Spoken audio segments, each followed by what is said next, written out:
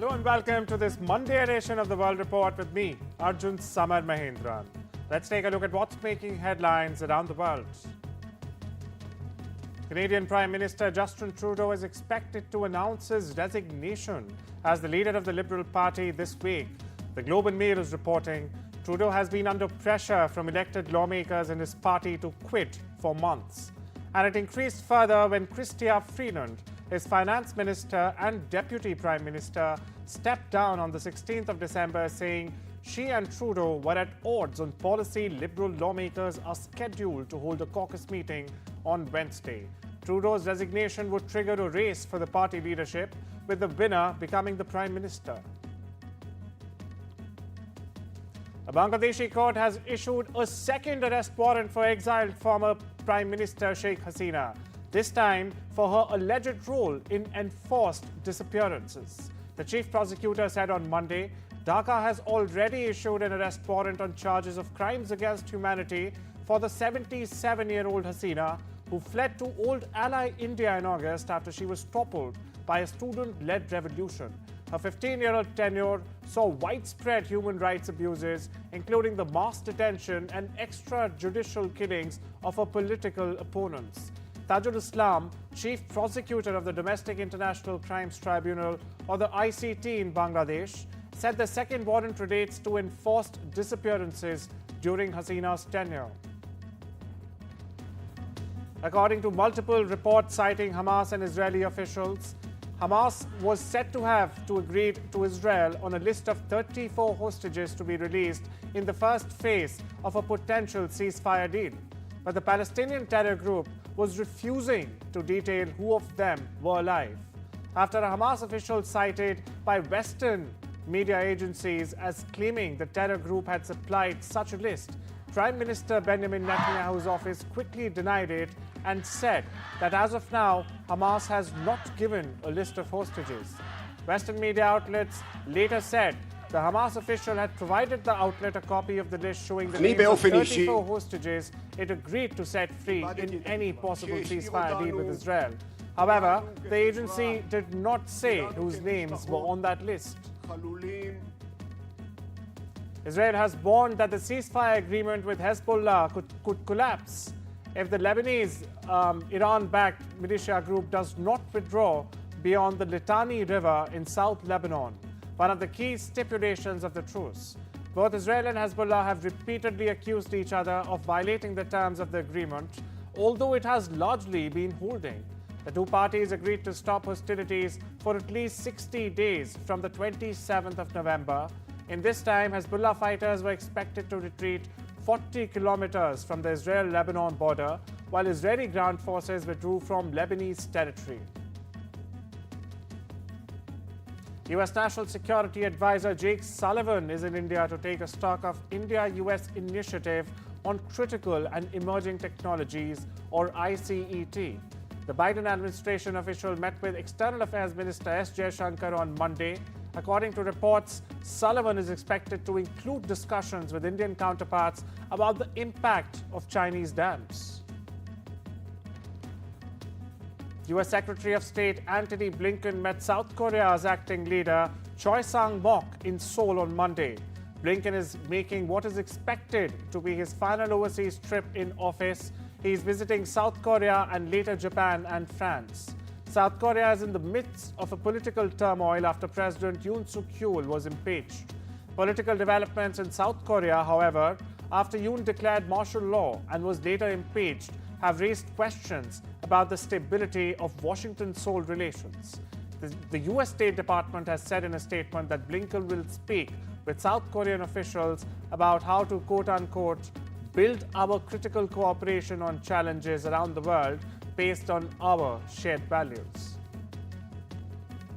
According to reports, South Korean investigators will now seek an extension of a warrant to arrest impeached President Yoon Suk-yeol as an anti-graft agency asked police to take over efforts to execute the arrest of the embattled leader. The request comes after a failed attempt to serve the warrant on Friday, following a tense standoff with Presidential Security Service guards who formed a human chain to block access to Yoon by the investigators. North Korea has fired what appears to be an intermediate-range ballistic missile towards the sea to its east. South Korea's military has said in what is Pyongyang's first missile launch in 2 months, and most definitely the first of this year. The missile flew 1,100 kilometers before falling into the sea, the military said, adding that it strongly condemns this clear act of provocation. South Korea's military says it has strengthened surveillance for the North's future missile launches and is closely sharing information on today's launch with the US and Japan. Landed inside Japan, less than 250 kilometers from the... India and the US are working to ensure the continuity of their high-tech cooperation by solidifying commitments ahead of the Trump administration's transition this month. Kiev renewed its offensive in Russia's Kursk region as Ukraine tries to hold territory there ahead of US President-elect Donald Trump's inauguration. Since Ukraine's initial incursion into Kursk in August, the first invasion of Russia since World War II, Moscow has regained much of the lost territory. Trump, meanwhile, has vowed to end the war, and a stronger position on the battlefield could give Kiev a better position in any future negotiations with Moscow. Ukrainian President Volodymyr Zelensky has described it as a quote-unquote very strong thumping card. Russia has declared a state of emergency in Crimea after an oil spill in the Black Sea last month. The spill, caused by a storm hitting 2 old tankers on the 15th of December, led to contamination in the Kerch Strait area. Authorities say new traces of pollution needed urgent cleanup.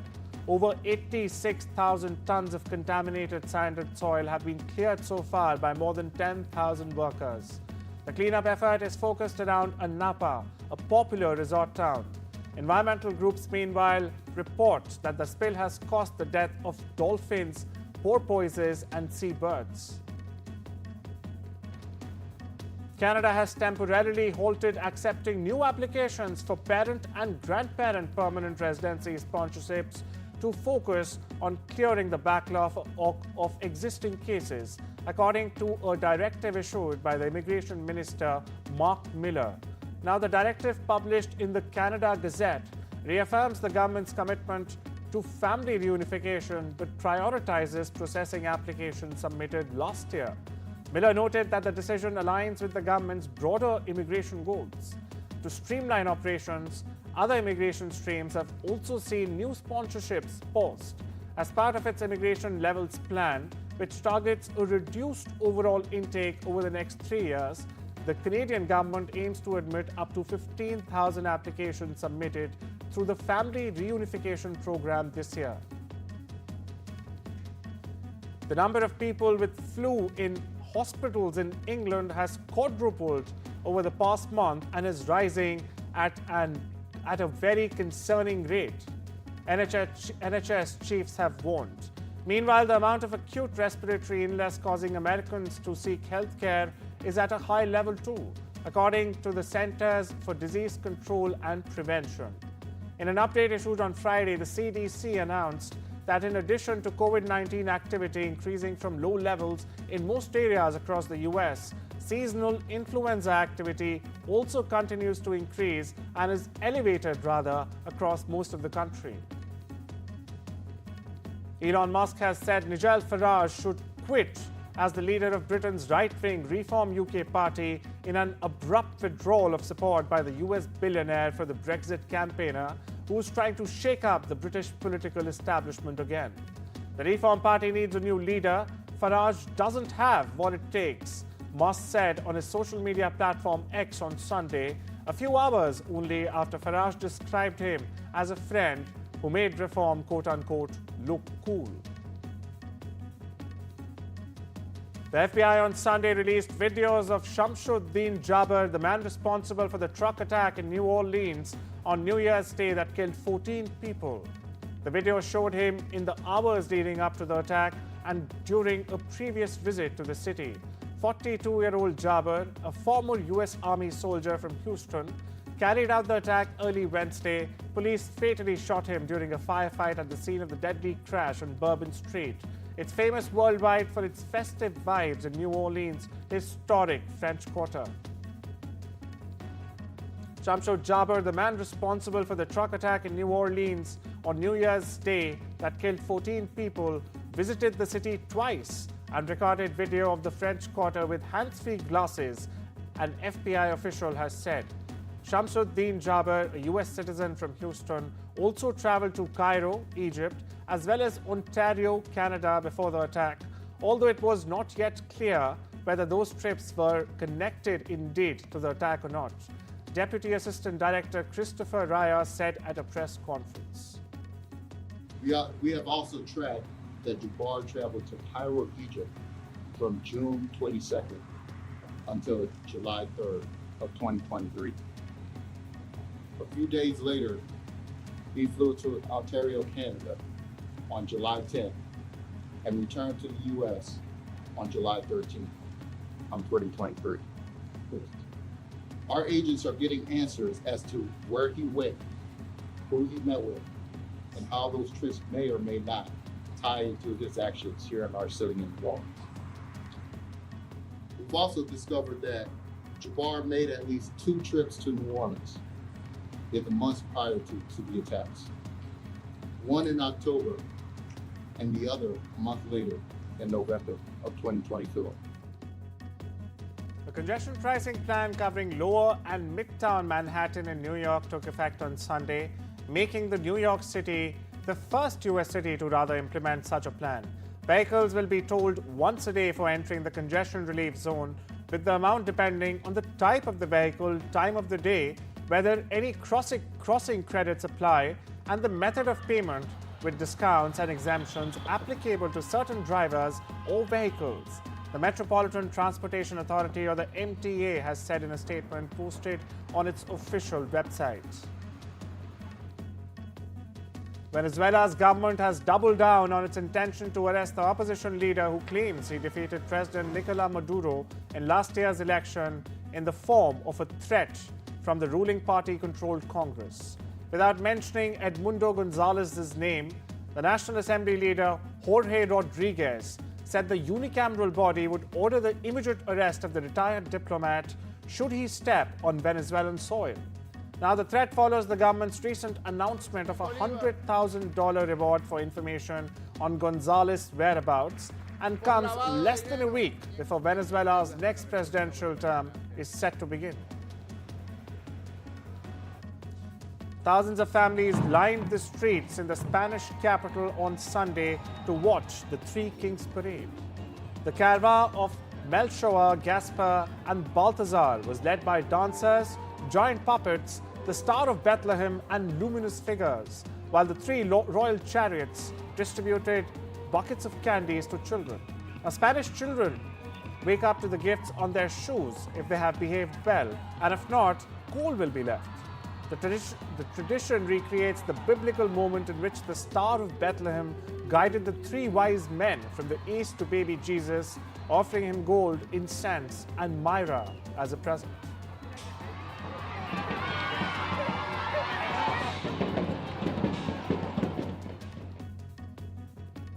Revelers kicked off the 2025 carnival season with an unofficial carnival opening with street parties around Rio de Janeiro on Sunday. 42 different street party bands from 9 a.m. local time through 4 p.m. local time, or when the last reveler leaves, will be parading through Rio's downtown. Unofficial street parties are groups that parade without taking part in the City Hall's registration process. Many started out as groups of musician friends who ended up attracting revelers on the way, celebrating together. Now, the carnival in 2025 will happen in the first days of March, so the party lovers will have 2 months of pre-carnival colorful celebrating and parading until the official carnival week.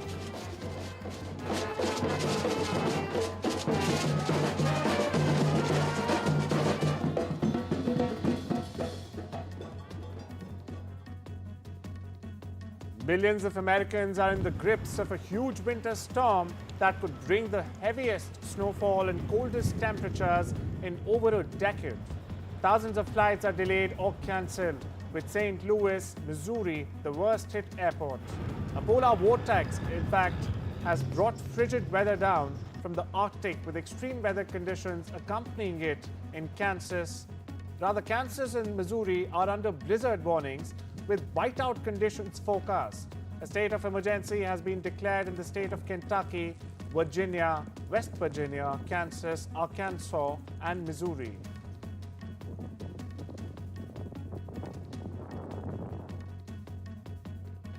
It's time we slip into a short break now. I'll see you on the other side.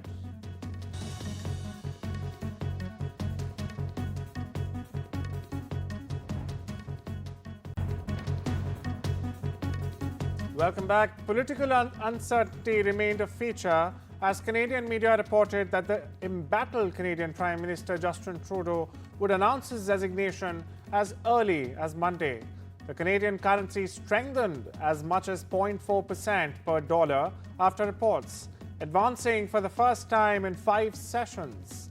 The currency is trading near its weakest level since March 2020 and has already lost more than 7% against the greenback in the past year alone. The dollar eased a bit on Monday but stayed close to a 2-year peak as traders awaited a raft of U.S. economic data releases this week, headlined by December's non-farm payments report, for further clues on the Fed's rate outlook. Also in focus was the Chinese yuan, which on Friday weakened past the psychological level of 7.3 per dollar in the onshore market for the first time in 14 months. This after the People's Bank of China had aggressively defended the key threshold for most of December. Japanese media reported on Monday that Tadashi Imai, the president of Japan's Nippon Steel, has said the company is considering filing a lawsuit against the U.S. government as one of the important options. Now, this comes after President Joe Biden blocked the company's nearly $15 billion acquisition of Pittsburgh-based U.S. Steel last week. Shares of Nippon Steel dropped 0.5% on Monday. Looking ahead for the year, the Japan Stock Exchange Group CEO, Hiromi Yamaji, said he is keeping a close eye on the incoming administration of President-elect Donald Trump. As per reports, Italy is in advanced talks with Elon Musk SpaceX for a deal to provide secure telecommunications for the nation's government, the largest such project in Europe, people with knowledge of the matter said Sunday. Discussions are ongoing and a final agreement on the 5-year contract hasn't been reached, said the people who asked not to be identified, citing confidential discussions. Now, the project has already been approved by Italy's intelligence services as well as the country's defense ministry. With the departure of the first high-speed train, the G1305 on Sunday, Shanghai South Railway Station officially has ushered in its high-speed rail era. Listen into what a senior official had to say about the new project. 60%，主要覆盖至杭州、宁波、温州、黄山等短途，以及至厦门、南昌、长沙、郑州等中长途列车。同时呢，为满足多元化旅客的一个出行需求，车站还保留了至重庆、武昌、南宁、广州等热门方向的普速列车11对。Last week, the crew aboard the Shenzhou 19 spacecraft conducted a series of in-orbit verifications for China's first space station intelligent flight robot, Xiaohang. During the mission, astronauts utilized Xiaohang alongside human-robot collaborative interaction software.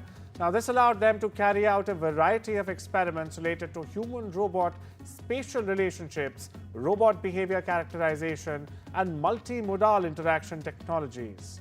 The goal of these experiments is to help enhance mission efficiency by fostering a more effective interaction between astronauts and robotic systems.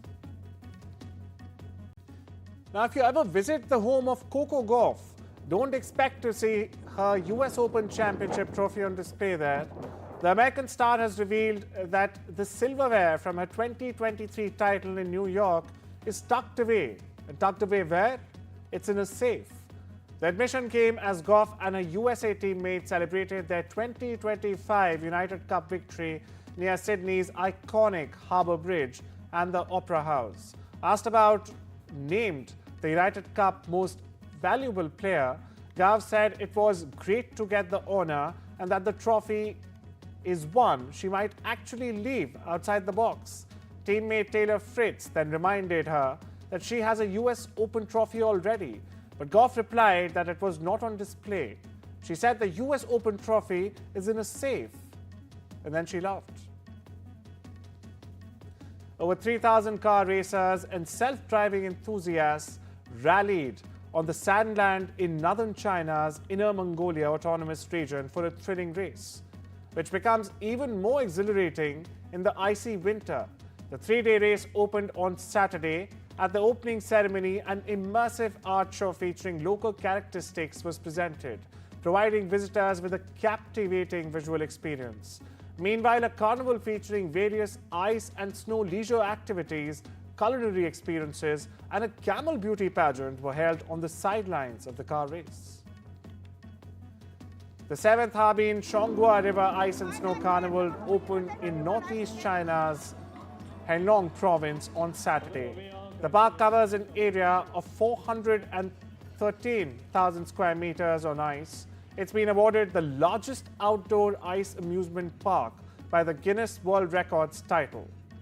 To welcome the 9th Asian Winter Games, the carnival has created a creative landscape with the theme of the Asian Winter Games, and the number of ice and snow entertainment activities is the largest ever, while realizing the full coverage of Chinese and English bilingual instructions, translation, and audio broadcasting. The 2025 Hollywood award season has officially kick-started with the 82nd version of the Golden Globes. The award ceremony is currently underway at the Beverly Hilton Hotel in Los Angeles. Payal Kapadia's All We Imagine Is Light, however, lost the Best Foreign Language Film Award to Emilia Perez. Now, Perez and The Brutalist swept the award. America's incoming First Lady Melania Trump will be the subject of a new documentary directed by Brett Ratner and distributed by Amazon Prime Video. Now, the streaming arm of the tech giant got exclusive licensing rights for a streaming and theatrical release later this year, the company said on Sunday. Filming is already underway on the documentary. The company said in a statement that the film will give viewers an unprecedented behind-the-scenes look at Melania Trump and also promised a truly unique story. Now, the former and now future First Lady also released a self-titled memoir late last year.